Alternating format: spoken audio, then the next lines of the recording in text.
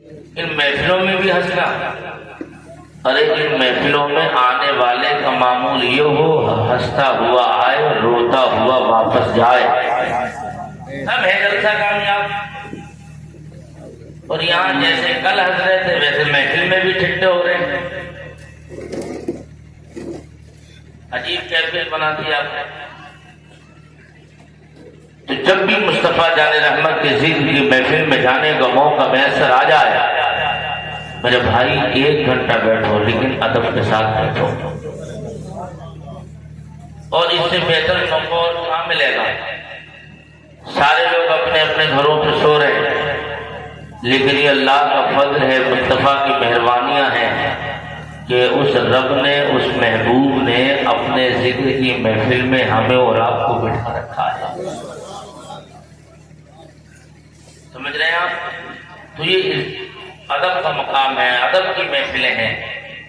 لوگوں ان محفلوں میں بھی اگر تمہاری آنکھوں سے آنسو نہ نکلیں، اپنے کیے ہوئے گناہ یاد نہ آئیں، اللہ رسول کی باتیں اگر اچھی نہ لگیں، تو یقین جانیں آپ اپنے آپ کا محاسبہ کریں اور سوچیں کہ آخر یہ تمام باتیں کیا ہیں کہ اللہ اور رسول کی باتیں ہمیں اچھی نہیں لگ رہی ہیں؟ ایمان بچا ہے کہ نہیں بچا ہے؟ ایمان میں کچھ طاقت و قوت باقی ہے کہ نہیں ہے؟ کیا ہمارا ایمان ہمارا مردہ تو نہیں ہو گیا؟ روح ہماری مردہ تو نہیں ہو گئی؟ کیونکہ اچھی باتیں جب بھی اچھی نہیں لگتی ہیں، بلکہ حضور کے غلاموں کا دستور یہ تھا کہ وہ کھانا بھی کھاتے تھے مگر مصطفیٰ میں درود پڑھ پڑھ کے کھایا کرتے تھے، یعنی انہیں جب بھی یاد آتی تھی تو صرف دکھتا نہیں دکھتا، صرف انہیں دکھتا تھا تو صرف اپنے محبوب کی باتیں دکھا کرتی تھی، محبوب کا مشن نظر میں ہر وقت رہتا تھا۔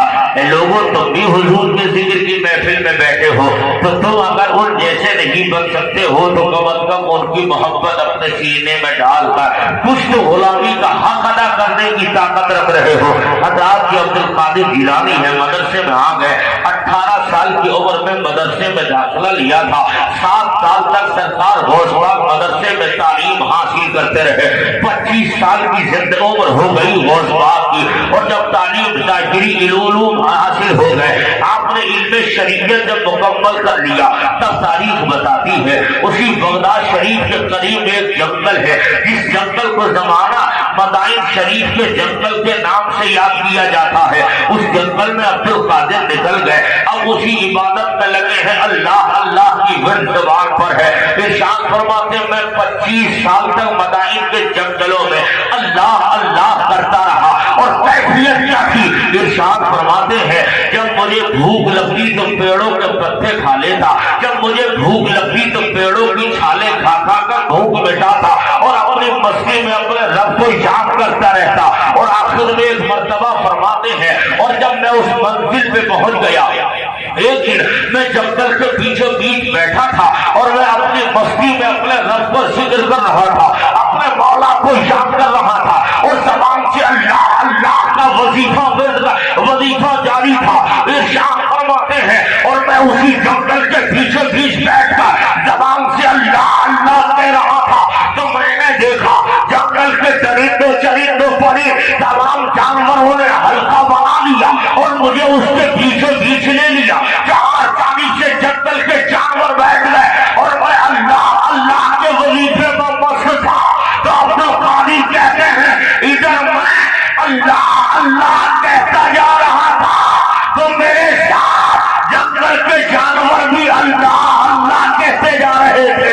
نعرہ تکبیر، نعرہ تکبیر، نعرہ رسالت، مسلک اعلی حضرت، جشن گوسل بڑا کانفرنس۔ یہ وہ بات ہے، ارشاد فرماتے ہیں سرکار شیخ اعظم سیدنا عبد القادر جیلانی رضی اللہ تعالیٰ عنہ ارشاد فرماتے ہیں جب میں 25 سال تک مدائن کے جنگلوں میں نے عبادت اور ریاضت میں مجاہدات میں اپنی زندگی مکمل کر لی، ہو گئے 50 سال کے، اس 50 سال کی عمر شریف میں عبد القادر جیلانی اب مدائن کے جنگل سے واپس آ رہے، عرض کرتے ہیں معبود تیرا بندہ عبد القادر اب کدھر جائے؟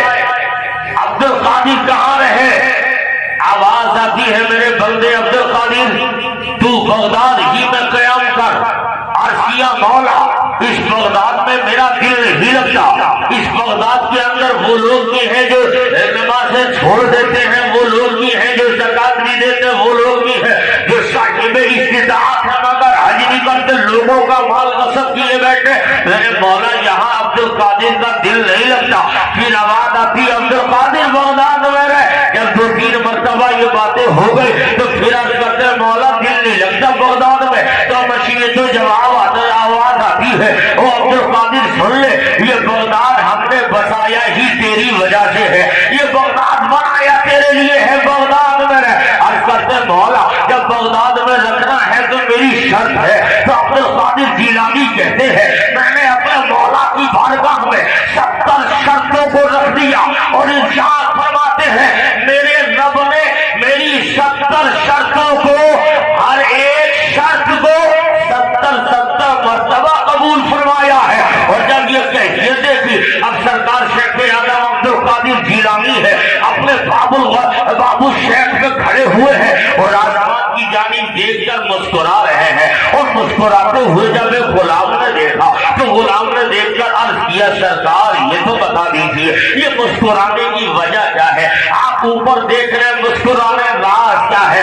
تو ارشاد فرماتے ہیں میرے غلام تجھے معلوم نہیں ہے یہ بغداد میں اپنی مرضی سے تھوڑی رکا ہوں, میں نے رب سے شرطیں منوائی ہے تب رکا ہوں اور 70 منوائی ہے. کہا حضور 70, کہا ہاں 70. تو عبد القادر جیلانی نے کہا اور 70 شرطوں میں اگر تو چاہے تو میں تجھے ایک شرط بتا دوں. 70 شرطوں میں اگر چاہے تو ایک بتا دوں, بتاؤ آقا.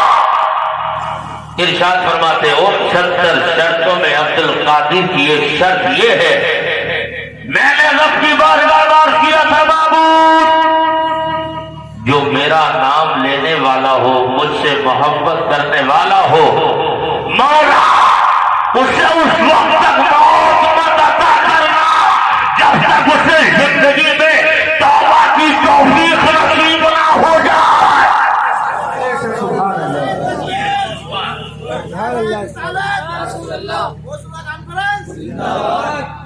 ارے اتنے پیار سے انہوں نے نعرہ لگایا تو آپ نے جواب بھی مسحل بھیج دیا ہے.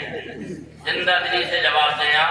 اگر کسی اور کو بھی نعرہ یاد ہو, اگر غوث کی محبت کو وہ لگانا چاہے تو لگا سکتا ہے. میں بات آگے بڑھا رہا ہوں.